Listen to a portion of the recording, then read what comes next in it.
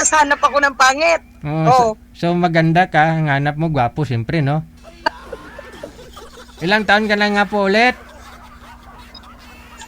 50. Anim po anak?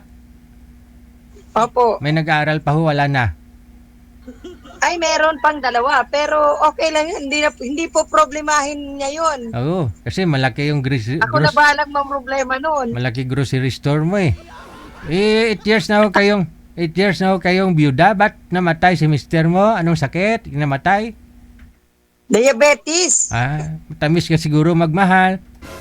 Yan, sinasabi ko. Matamis kasi ako magmahal, kaya diabetes. Kaya magtimpla ka ng Tapos, magtimpla ka ng kape, puro asukal, walang kape. Hindi naman, nagkakomplikasyon naman sa kidney. Ay, kasi nasobra naman sa asin. Ayun lang, no? Ang hirap nun, no? Ngayon, naghahanap ka na naman ng mapapangasawa sana kasi nga Grabe po. ka naman sana naman. Sige, naghahanap ka ng mapapangasawa.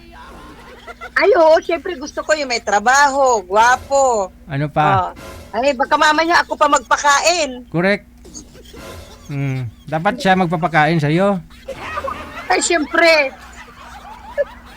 Sana all, magpapakain. Hindi pa ho kayo nagka-boyfriend sa 8 taon? Ay, meron naman akong naging boyfriend, pero Maganda. walang Maganda eh. malayo. Malayo? Oo. Diyan po ba sa paligid mo wala pong nanliligaw? Walang magkagusto sa akin, mga takot. Bakit? Mga takot sila sa akin eh. Bakit to? Nanghabol ka ng 45? Ay, oo, syempre, may posas ako dito lagi. Anong ginagawa mo sa pusas mo?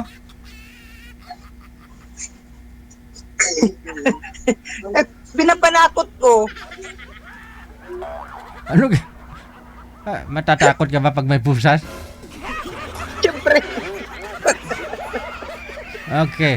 Sige. Hahanapan ka pa namin, ma'am, ha? Diyan lang ho kayo, ha? Ay, Diyan lang ho kayo. naku, Babalik.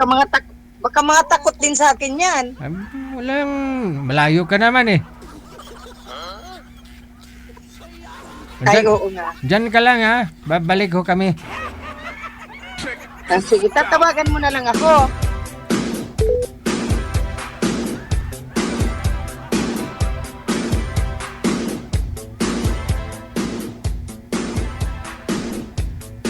Maghahanap pa ho ako ng gwapo, ma'am. Mga sir, yung gwapo dyan.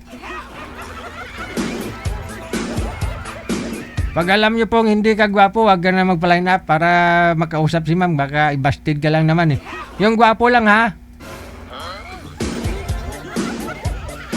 Ano nga pa ho? Ay, may trabaho. Sabi niya, may trabaho. Baka siyang magpapakain sa'yo. Gusto niya, ikaw ang magpapakain sa kanya.